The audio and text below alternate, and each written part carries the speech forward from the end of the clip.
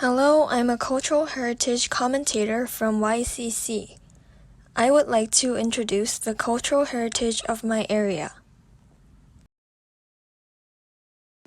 The heritage I will introduce to you is Samjandubi, which was chosen as a state-designated cultural asset in 1963. Sanjandubi is not a proud cultural heritage.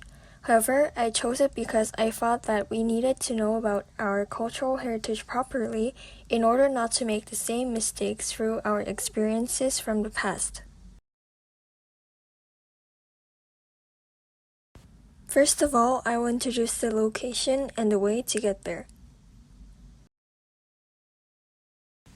Samjandubi is located in Songpagu, southeast of Seoul.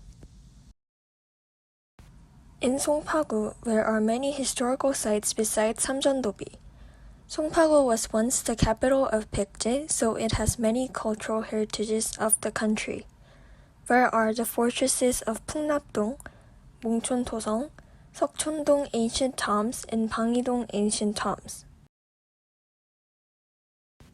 Samjandobi is a cultural heritage of the Joseon dynasty. It is next to Seokchon Lake, one of the most famous places in Songpagu. If you're going to use public transportation, get off at Jamsil Station on Line 2. Use exit 3 and go straight for about 7 minutes to Seokchon Lake. I'll show you how exit 3 looks like. If you come out of exit 3 of the subway, you will see the statue of Lotte, the mascot of the amusement park Lotte World, which is connected to Jamsil Station in front. There is a multiplex which is run by Lotte in Jamsil.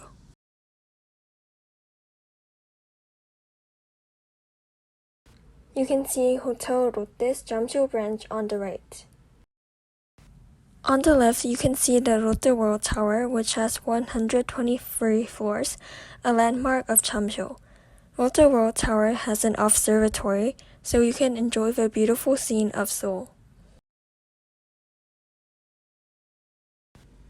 Once you leave the subway station, you should now go straight in the direction of the statue of Lotte and keep moving. If you cross the crosswalk, you will arrive at Seokchon Lake. If you move a little further, you will see a milestone. It says that there is Samjandobi on the right. If you go down the right road, you will see Samjandobi. There's also a notice board about Samjandobi.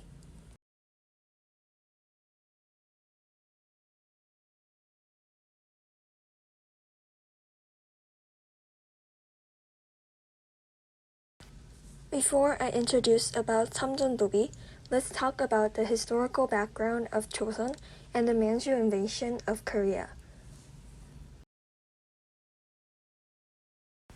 In the early 17th century, the Ming Dynasty sent 50,000 soldiers to help Korea during the Japanese invasion in 1592. This weakened their power, and the Peasant Revolution broke out, leading to the collapse of the country. Also, Nuruhachi unified the Yeojin people and established Hugum. At that time, the king of Korea was Gwanghaegun, the 15th king of the Joseon dynasty.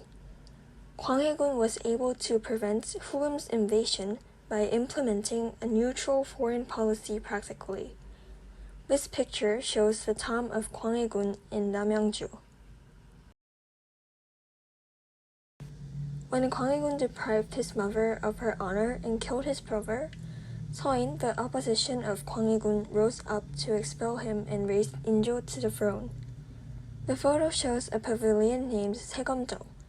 This is where the leaders of King Injo discussed the issue of the abolition of Gwanghaegun and washed their knives. King Injo, the 16th king of the Joseon dynasty, avoided the neutral policy of Gwanghaegun, ostracized gold, and kept good relationships with Ming dynasty.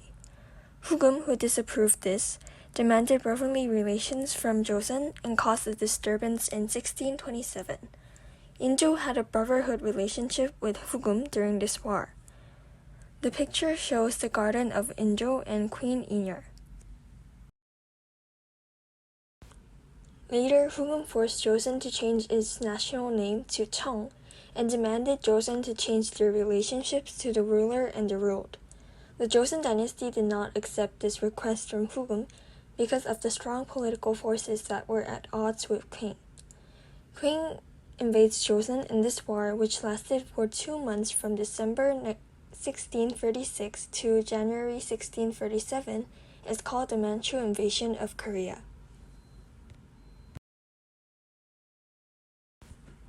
Due to the powerful Qing army, Hanyang, the capital of Joseon, was destroyed in an instant.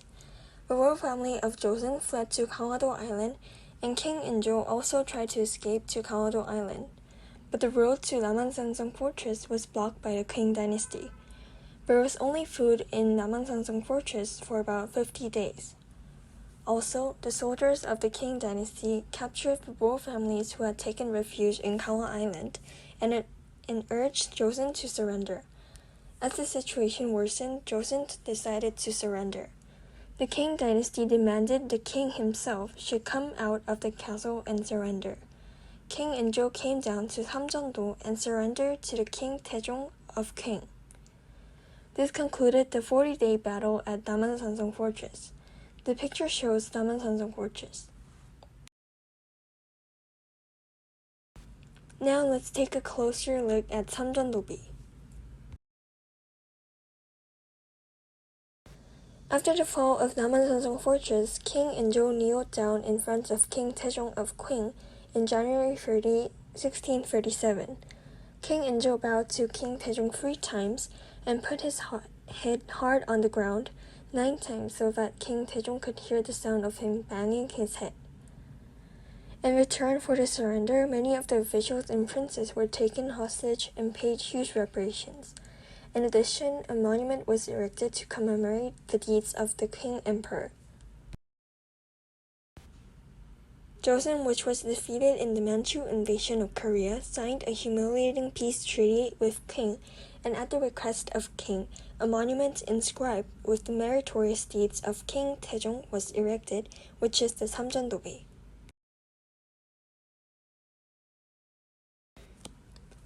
The monument, which was erected in 1639 in the 17th year of King Injo's reign, is 3.95 meters high and 1.4 meters wide. It is titled Daecheong Hwangjae Gongdeokbi.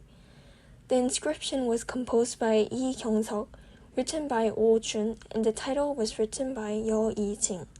The contents of the tombstone were recorded in a glorified manner from the perspective of the Qing dynasty, which was about the invasion by the Qing dynasty in 1636 and Joseon's surrender to the Qing dynasty.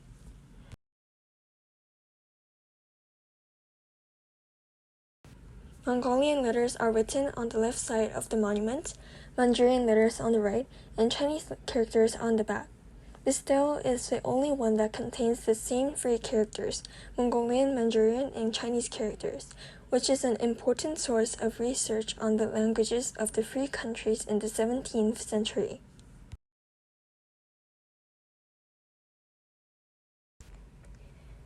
Sanjandubi was originally erected near the ferry along the Han River, but it was relocated several times due to its disgraceful historical background.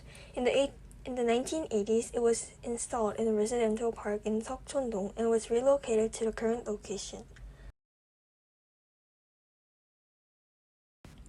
Once you finish watching Samjandobi, you can come down to the side and enjoy the scene of Seokchon Lake.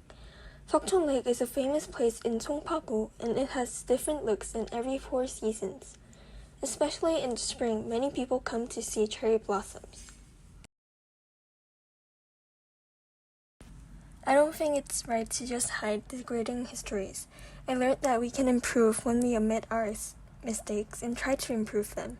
These heritages can help acknowledge diplomatic mistakes at the national level, analyze what causes them, and reflect them in the future foreign policy decisions.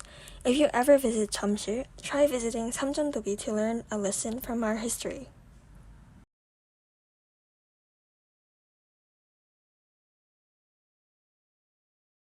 Thank you for watching this video.